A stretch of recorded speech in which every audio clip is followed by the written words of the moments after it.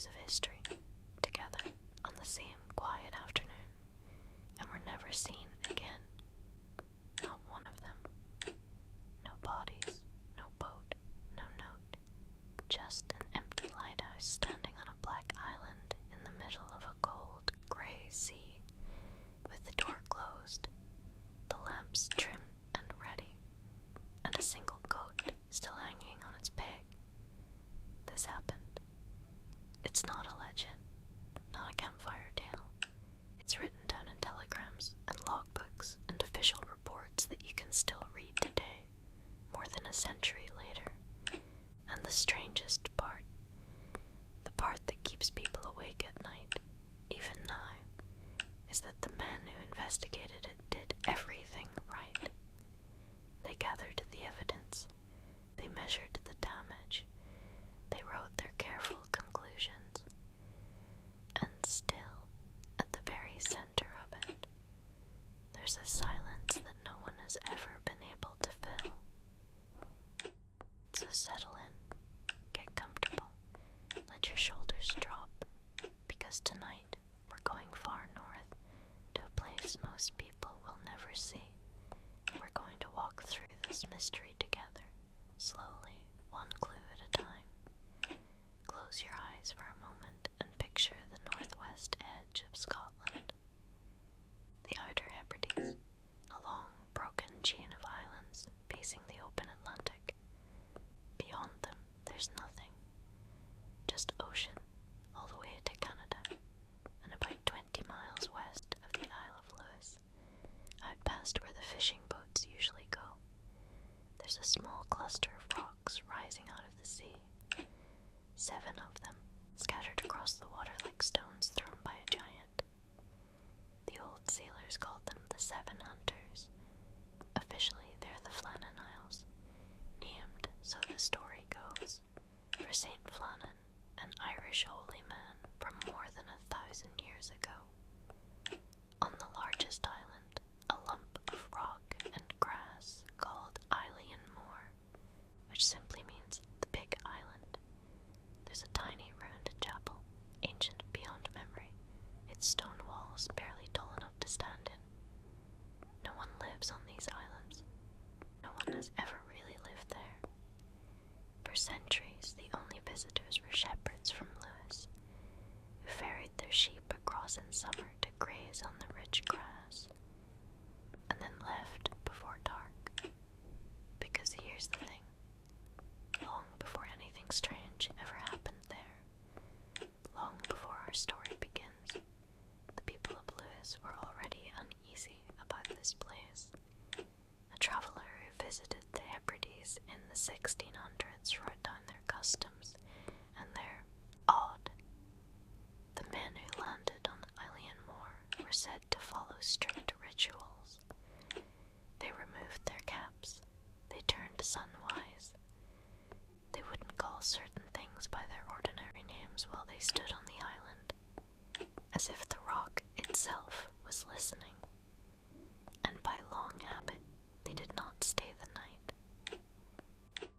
For hundreds of years, that was the arrangement. The sheep grazed, the seabirds screamed, the Atlantic rolled in from the west and broke against cliffs that rise, in places hundreds of feet, straight out of the water. And human beings kept their visits short. Then, at the very end of the 19th century, the modern world arrived. Shipping lanes ran past these islands, vessels rounding the north of Scotland, threading between the rocks in darkness and fog. Ships had been lost out there. So, the Northern Lighthouse Board, the old and very serious institution responsible for every light on the Scottish coast, decided the 7 Hunters needed a lighthouse. It was designed by David Allen Stevenson, of the famous Stevenson family of lighthouse engineers. The same family, by the way, that gave the world Robert Louis Stevenson, the writer. Building it took years. Every block of stone, every beam of glass, every barrel of oil had to be landed by boat onto bare rock, and then hauled up the cliffs. They cut 2 landing places into the island, one on the east side, one on the west. steps and iron railings climbing up from the sea, and a small railway track for hauling supplies up to the top. And in December of 1899, the lamp was lit for the first time. A tall white tower on the summit of Alien Moor, its light visible for more than 20 miles. A little outpost of order and warmth, on an island where for 1,000 years nobody had dared to sleep. It would burn for almost exactly 1 year before something went wrong. Now, let me introduce you to the men, because this story belongs to them, and I want you to know them a little before we get to that December. A remote station like the Flannans was run by a team of 4 keepers. 3 lived on the island at any one time, and the 4th rested ashore with his family. And every couple of weeks, weather permitting, a relief boat came out and rotated 1 man home. It was a hard posting. Weeks of isolation, endless routine, cleaning the lens, trimming the wicks, winding the mechanism, keeping the log, watching the sea. But it was steady, respectable work, and the men who did it were chosen carefully. The principal keeper was James Duckett. He was in his early 40s, an experienced man with more than 2 decades of lighthouse service behind him. He had a wife and 4 children back on the mainland. By every account, he was steady, conscientious, exactly the kind of man you'd want in charge of a light at the edge of the world. Though it's worth whispering this now and remembering it later. When Duckett was first offered the Flannan posting, he said to have had reservations about the place, about how exposed it was, how hard the landings were. The second assistant was Thomas Marshall, a much younger man in his 20s, capable and fit, and the 3rd man on the island that December wasn't actually a permanent member of the team at all. The regular first assistant, William Ross, had fallen ill and gone ashore to recover, so his place was taken by what they called an occasional keeper, a local man named Donald MacArthur, who filled in when needed. Keep your eye on Donald MacArthur, not because he did anything wrong, but because of something he left behind. And the 4th keeper, the one ashore on rotation that December, was a man named Joseph Moore. Remember his name, too, because Joseph Moore is about to walk into a moment that will follow him for the rest of his life. So, December 1900. 3 men on the island: Duckett, Marshall, MacArthur. The relief boat, a lighthouse tender called the Disappearance, is scheduled to come out on the 20th of December to rotate the crew and bring fresh supplies, and to carry Joseph Moore back out for his turn of duty. But before any of that can happen, in the darkest hours of the 15th of December, something is noticed. Not on the island. At sea. Picture it with me. A steamship called the Arctur, plowing through the night on her way from Philadelphia toward the port of Leith on the far side of Scotland. It's around midnight. Cold spray on the rails, the rhythmic churn of the engines below deck. And the captain, a man named Holman, is doing what every captain in these waters does. He's looking for the Flannan light. It should be right there, off to the north, flashing its steady signal into the dark. He knows exactly where it ought to be, and it isn't there. He checks his position. He waits. Nothing. Just blackness where a lighthouse should be burning. Now, a light can fail for many reasons, but this light is barely a year old, run by professional keepers, and it is simply gone. Captain Holman finds it troubling enough that when his ship reaches port days later, he makes sure it's reported. But here's the first cruel twist of this story. A small, quiet failure of paperwork historians still wince at. That report, for reasons that were never fully explained, didn't make its way to the Northern Lighthouse Board in time to raise the alarm. The message essentially vanished into the machinery of the shipping world. So the one early warning, the one chance to get out there quickly, slipped away. And what about the shore? Surely someone was watching from land. Well, yes, in theory.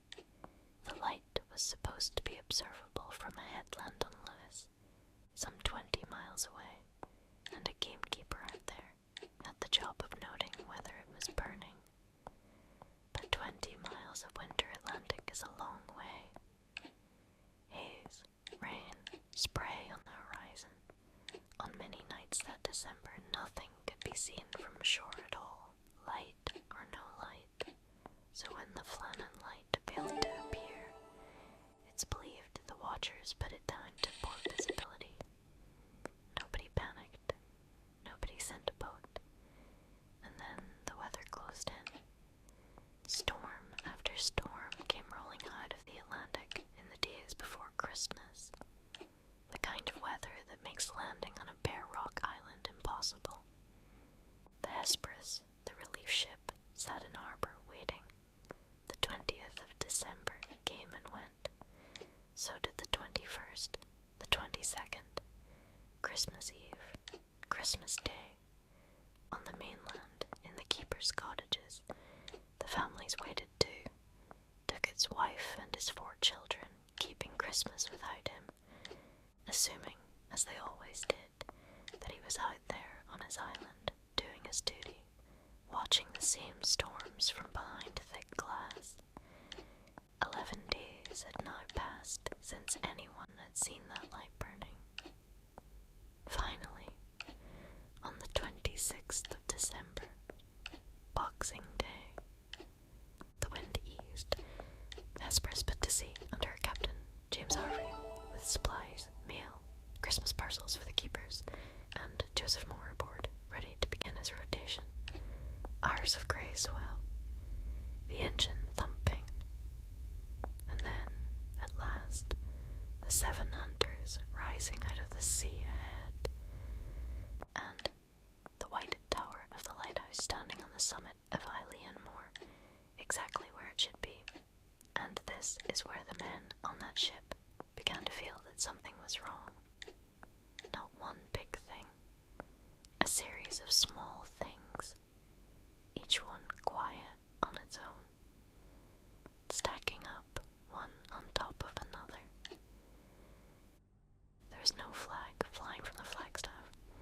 Standard practice. The keepers always ran up a flag to acknowledge the relief ship. Nothing. Alright. Maybe they hadn't spotted her yet. The ship drew closer.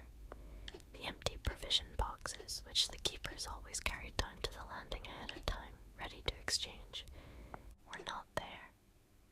The landing was bare, and nowhere. Not at the landing, not on the steps, not up by the tower. Was there any figure moving? No one coming down to meet them. Captain Harvey sounded the ship's whistle, that deep, booming note rolling across the water, slamming into the cliffs, echoing back. On an island that small, you would feel it in your chest. Anyone there would have heard it. No one appeared. So Harvey ordered a signal rocket fired. A flare bursting over the island, impossible to miss, even from inside the buildings. Still, nothing. Just the cliffs, the birds, the tower, white and silent against the winter sky. And so a small boat was lowered, and Joseph Moore, the 4th keeper, the man who knew that island and those 3 men better than anyone else aboard, climbed down into it and was rowed toward the east landing, toward the concrete steps rising out of the sea. Imagine being him, just for a moment. The boat pitching in the swell, the oars creaking, the steps coming closer, wet and dark and empty. He knows something is wrong. Everyone on that ship knows something is wrong.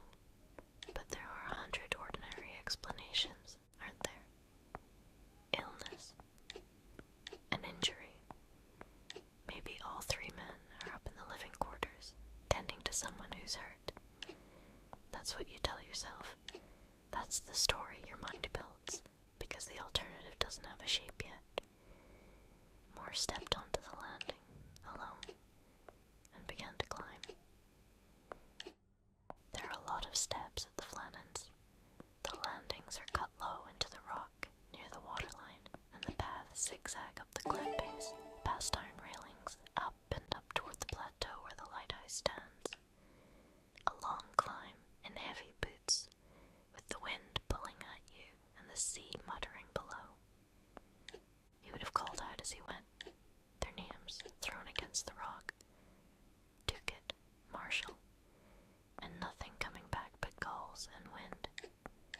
At the top, the compound, the tower, the low buildings where the men lived, and the first thing Moore found was that the outer gate was closed. Then the outer door of the building, also closed. Not smashed, not hanging open in the wind. Closed. Everything, from the outside, looked exactly as it should. He went in. Inside the entrance, quiet. He passed through toward the kitchen, and the kitchen door stood open. And here, in this small domestic room at the top of a rock in the Atlantic, Joseph Moore began to read the silence, the way you'd read a letter. The fire in the grate was dead. Not recently dead. Cold. The ash, grey and settled, as if no fire had been lit for days. The clock on the wall had stopped. Its weights run down, its hands frozen at a meaningless hour, because no one had been there to wind it. And yet, the room wasn't in chaos. The pots and pans were cleaned and put away. The kitchen was tidy. Whatever had happened here, it hadn't happened in the middle of a meal, or a struggle, or a panic that left the room wrecked. The men had washed up, squared everything away, and then stopped existing. Moore went to the bedrooms. The beds were empty. He went through the rooms one by one, his own footsteps the only sound in the building. That particular kind of loud that footsteps become in a place that should have people in it and doesn't. 3 keepers, a building you could search in minutes, no one. And then he noticed the pegs by the door. The oilskins, the heavy waterproof coats and boots the keepers wore whenever they went outside in rough weather. 2 sets were missing. Ducats, Marshalls, which made sense. If 2 men had gone out into a winter gale, they'd have dressed for it. But the 3rd set, Donald MacArthur's, was still hanging there.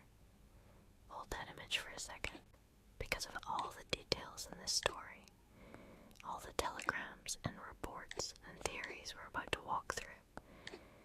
This is the one that has never stopped whispering. Donald MacArthur, a grown man, an experienced local seaman on an exposed island in the North Atlantic in the middle of December, went outside without his coat, in his shirt sleeves most likely, and whatever pulled him out that door, it didn't give him time or reason to grab the one piece of clothing that stood between him and that weather. Moore didn't linger. By his own account, he was badly shaken. He searched. He found no one, and he went back down all those steps to the landing and told the boat crew what he'd found, or rather, what he hadn't found. Word went back to the Hesperus. Captain Harvey sent Moore ashore again, this time with men beside him, a sailor or 2, and the ship's boymaster, a man named MacDonald. Together they searched the island properly. Every building, the tower itself, all the way up. The chapel ruin, the paths, the edges. Eileen Moor isn't large. You can walk its whole grassy crown in well under an hour. There's nowhere to hide. There's nowhere to be lost. 3 men, gone, from an island roughly the size of a few city blocks, surrounded on every side by cliffs and freezing ocean. Now Captain Harvey had a duty to perform, and he did it. The Hesperus carried no radio in 1900, so he steamed for a telegraph station, and he sent a message to the Northern Lighthouse board that still survives, word for word, in the records. It begins, and I'll give it to you almost exactly as he wrote it. A dreadful accident has happened at the Flannans. He reported that the three keepers, Ducat, Marshall, and the Occasional, had disappeared from the island, that no sign of life was to be seen, that the clocks had stopped, and other signs suggested the accident had happened about a week before. And then Harvey offered the first theory in this whole long chain of theories. Poor fellows, he wrote. They must have been blown over the cliffs, or drowned while trying to secure a crane, or something of that kind. Blown over the cliffs. Hold on to that phrase, too, because Harvey, writing within hours, with no investigation at all, may have come closer to the truth than almost anyone who came after him. And here is a detail that I find almost unbearably human. Someone had to keep the light burning that night. The whole reason the station existed. Ships were still out there in the dark, still depending on that beam. So Joseph Moore stayed on the island with the buoy master and a couple of volunteer seamen from the ship. Moore moved back into that silent building, past his colleagues' empty beds and MacArthur's hanging coat. And that same evening, as darkness came down over the 7 hunters, he climbed the tower, lit the lamp, and set the light turning again. Think about that first night. The lens revolving overhead with its slow mechanical patience, the wind working at the windows. 4 men in a station built for 3, sitting with the mystery they could feel in every room. Moore later wrote about those days, and you can hear the strain in his words, the sense of men keeping busy, keeping the routine, because the routine was the only solid thing left. 3 days later, on the 29th of December, the investigator arrived. His name was Robert Muirhead, and he was the superintendent of the Northern Lighthouse board, the man responsible for the keepers themselves, for hiring them, inspecting them, knowing them. And that's the detail that makes his report so quietly painful to read. Muirhead knew these 3 men personally. He had selected them for this station. He had visited the island himself only a few weeks earlier, that very December, and spent time with them, and left them, by his own account, in good health and good spirits. Now he was coming back to work out how they had died. Muirhead did what a good investigator does. He started with time. When did this happen? The station log, the official record Ducat kept, had been written up in full to the 13th of December. After that, the keepers had done what keepers always did between formal entries. They had chalked the running notes on a slate to be copied into the log later, and the slate carried entries for the 14th, and then for the 15th of December at 9 o'clock in the morning. Barometer readings, wind, temperature, ordinary, careful professional notes. After 9 a.m. on the 15th, nothing. Ever again. And the physical evidence agreed. The lamp had been cleaned and refilled, ready to be lit at dusk. The morning chores were done, the kitchen tidy, as Moore had found it. Everything about the station said the same thing. The men had finished their morning routine on the 15th of December, like any other day. And remember the Arctur, that steamship out in the midnight dark. The night of the 15th was exactly when Captain Holman looked for the light and found blackness. So the window closes tight. Whatever happened, happened on the 15th of December, sometime between mid-morning and nightfall, in daylight or close to it. Then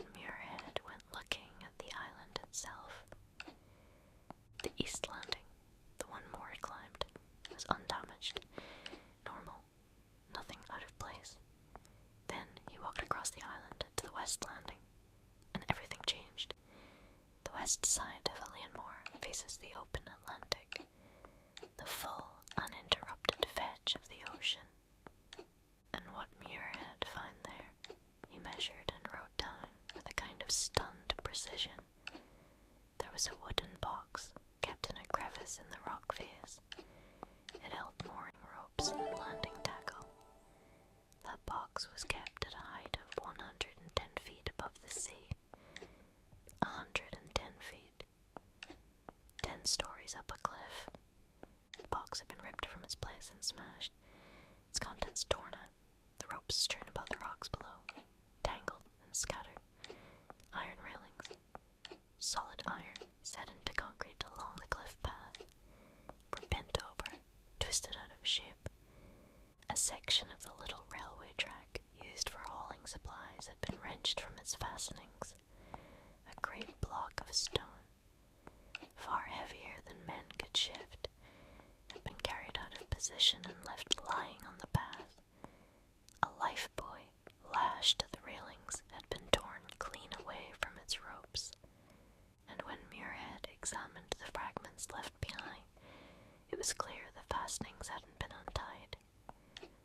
They'd been ripped, and highest of all, at more than 200 feet above the sea, the turf itself, the grass growing on the cliff top, had been stripped back from the edge, peeled away, like something enormous had dragged its hand along the top of the island. There was no fire damage, no sign of any human violence, no tool marks, just this evidence of force on a scale that's genuinely hard to hold in your mind. The sea had done this on the 15th of December, or in the storms around it. The Atlantic had reached 100, 200 feet up the side of Eilean Moor and rearranged iron and stone like paper. Now the pieces were on the table. 2 sets of oilskins gone. Decades and Marshalls. 1 coat left behind. MacArthur's. Catastrophic storm damage at the West Landing. A last slate entry at 9 in the morning. A light that never came on that night. And 1 more piece. A rule. A regulation of the Lighthouse board itself. At a station like this, the light must never be left unattended. 1 keeper, always, was to remain at the lighthouse. Always. These were disciplined men, and this rule was drilled into them. Which means that when MacArthur walked out that door without his coat, he was breaking one of the most serious rules of his profession. What makes a careful man do that? Muirhead sat with all of it. The slate, the coat, the wrecked landing, the rule. And in January of 1901, he wrote his official conclusion. And more than 120 years later, it's still the explanation most historians consider the most likely. So, let me walk you through it, gently, the way he laid it out. On the afternoon of the 15th of December, the weather in that stretch of ocean was foul. Heavy seas running from the west, the tail ends and leading edges of the great storms that were battering the whole region that fortnight. Ducat and Marshall, Muirhead reasoned, were worried about their equipment at the West Landing. The ropes, the tackle, the gear that the relief ship would need in just a few days. Losing it would be a serious failure, so the 2 of them pulled on their oilskins and their sea boots, and went down the west path to secure what they could, and MacArthur stayed behind, as the rules required. 1 keeper, always, at the light. Then something happened at that landing. Muirhead's suggestion was that an enormous sea, a wave far beyond the ordinary run of waves, came in from the Atlantic and took the 2 men from the rocks.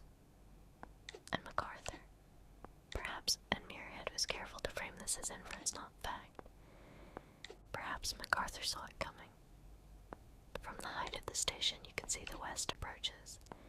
Maybe he saw a monstrous swell building offshore, rolling in toward the landing where his two colleagues were working near the waterline. And he did the only thing a man could do. He dropped everything and ran, no coat, no hesitation, towing the path into the wind, shouting a warning that the sea was probably too loud to carry, and the water took all three of them. That's the official story, not a solved case, an inference, carefully built. Even Muirhead couldn't say exactly how it unfolded, whether MacArthur reached them, whether one wave did it or several, whether anyone saw anyone else go. The sea gave nothing back. In the weeks that followed, no wreckage, no clothing, and none of the three men ever washed ashore. The Atlantic west of the Hebrides is deep and cold and fast, and it kept them. Now, you might think that would be the end of it. A tragedy. A hazard of a dangerous profession in an age when the sea took men all the time. The families grieved. James Duckett's widow, left with those 4 children. The communities on Lewis mourning Donald MacArthur. And the Lighthouse board quietly reviewed its procedures. The station was recrewed. The light went on turning. But this story refused to lie down. And what happened next is, in its own way, as fascinating as the disappearance itself, because we get to watch, almost in slow motion, how a documented tragedy turns into a myth. It started about 12 years later, in 1912, when a poet named Wilfred Wilson Gibson published a poem called Flannan Isles. It's a haunting piece of writing, and it's fiction, and never claimed to be anything else. But it painted a scene so vivid that it fused itself onto the real event in the public imagination. In the poem, the relief party enters the lighthouse and finds a table laid for a meal, untouched food waiting on the plates, and a chair lying overturned on the floor, as if someone leapt up from dinner in terror and never came back. It's a brilliant image. It's also not what Joseph Moore found. Remember what he actually reported. The kitchen was tidy, the pots were washed and put away. There was no abandoned meal, no overturned chair. Those details came from a poet's pen, more than a decade after the fact. And yet, to this day, if you hear this story told around the internet, the half-eaten dinner and the toppled chair are usually right there in the middle of it, presented as evidence. They're not evidence, they're literature, and I want you to notice how that feels. How the false version is somehow more comfortable than the truth. A meal interrupted gives you a moment of terror you can picture. The real scene, a clean kitchen, chores done, and then nothing, is emptier, quieter, harder to hold. And the myth-making didn't stop there. Almost 30 years after the disappearance, an article appeared in an American magazine, a pulp publication trading in strange tales, and it introduced something new. Supposed entries from the lighthouse log in the keeper's final days. You may have run into these because they've been copied endlessly ever since. In this version, Marshall writes of a storm worse than anything he's seen in 20 years, of Duckett being irritable, of MacArthur, a hardened old sailor, sitting and crying. The next entry says the storm is still raging, and the 3 men have been praying. And the final entry, supposedly from the 15th of December, reads, "Storm ended, sea calm. God is over all." It gives me a chill just to say it out loud. It's one of the most effective pieces of horror writing of the 20th century, and it is almost certainly invented. Historians who've gone back to the actual records find no trace of these entries.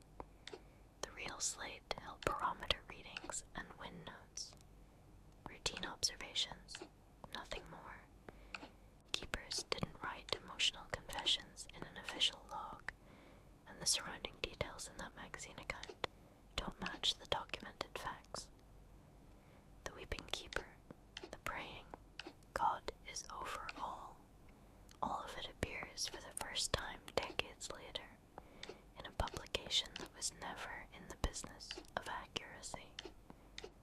you strip the bone away and strip the fake log away, what remains is stranger for being plain. Real man, real routine, and a single silent gap in the record, starting at 9 o'clock in the morning on the 15th of December, 1900. Of course, people have tried to fill that gap with darker guesses. There's a theory that surfaces now and then, built on the fact that Donald MacArthur was said to be a tough character, an old soldier, some accounts say, with a temper. The idea goes that a fight broke out near the cliff edge, that one man went over and the others followed in a struggle or a rescue gone wrong. Or worse, that it was murder followed by suicide. And I'll be honest with you, there is no evidence for any of it. None. No sign of violence at the station, nothing in the men's histories to suggest it, and the investigators on the ground who knew these men never entertained it. It survives because a human villain is easier to imagine than a wave, and there were wilder ideas too, in the years that followed. A giant seabird, a ghost ship, foreign agents, sea serpents, abduction. The island's old, uneasy folklore rushing back in to wrap itself around a modern tragedy. The Seven Hunters had always been a place people told strange stories about. Now they had the strangest story of all. But here's what I find genuinely satisfying, in a quiet way. The most persuasive work on this mystery didn't come from a theorist in an armchair. It came from a lighthouse keeper. In the 1950s, a keeper named Walter Altebert was stationed on Eilean Moor itself, living in those same rooms, climbing those same paths, and he became quietly obsessed with the case. And he had something no outside investigator ever had: time and the sea itself right outside his window. Over his years on the rock, he watched and photographed what the Atlantic actually does at that West Landing, and what he documented was sobering. Seas that, in the right conditions, exploded over places you would swear were far beyond any wave's reach. He himself, by his own account, was nearly taken more than once on days that had seemed manageable, because there's a detail of geology here, a final puzzle piece that makes everything click. Below the West Landing, the cliff is cut by a deep, narrow inlet, a geo, as they call them in the islands, running like a sunken corridor into the rock. When a big Atlantic swell drives into that channel, the water has nowhere to gulp it up. It compresses and funnels and detonates, hurling itself far above the height of the swell that meet it. A day of heavy but ordinary seas can produce out of that gully a single freak eruption of water with almost no warning, which would explain something that once troubled people about this case. Reports suggesting the weather right at the island on the 15th, while rough, may not have been at its absolute worst until the days that followed. You didn't need the storm of the century at that landing. You needed one wave in the wrong place at the wrong moment. And modern ocean science has, in a sense, caught up with this story. We now know that rogue waves, freaks far larger than the seas around them, are real, measured phenomena. In 1900, they were sailors' deals. Today they're data. Aldebert's own reconstruction was a small, humane variation on muirheads. Perhaps one man was snatched first, and the others died trying to pull him back. A rope, a reaching hand, a second wave. It would explain the scattered ropes,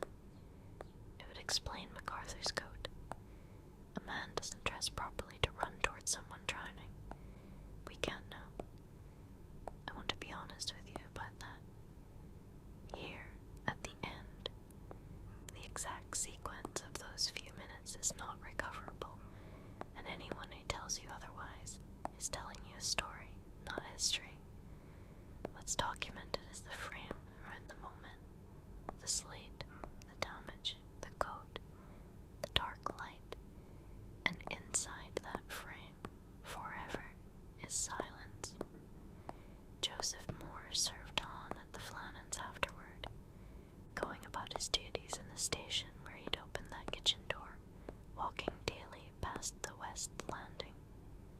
The Lighthouse board granted support to the families the men left behind, and the light itself, the light kept burning. Keepers came and went from Eilean Moor for another 7 decades, generation after generation, each of them living with the story, until 1971, when the station was automated and the last keepers left the Seven Hunters for good. Since then, the light has turned with no human hand near it, flashing over the empty chapel of St. Flannan, over the bent ghosts of old railings, over the grass that grew back along the cliff top, alone above 20 miles of open water, on an island where once again nobody stays the night, and somewhere out there, in the cold west of that island, the sea still holds the only true account of the 15th of December 1900. 3 names are all it ever gave back: James Duckett, Thomas Marshall, Donald MacArthur. Men who cleaned their pots, wrote their morning readings on a slate, and stepped out into the daylight, into the wind, doing their jobs, and passed in the space between one wave and the next, out of the reach of every answer. The light still turns to night. Right now, as you're listening to this, somewhere far to the north, it's sweeping across black water, past that silent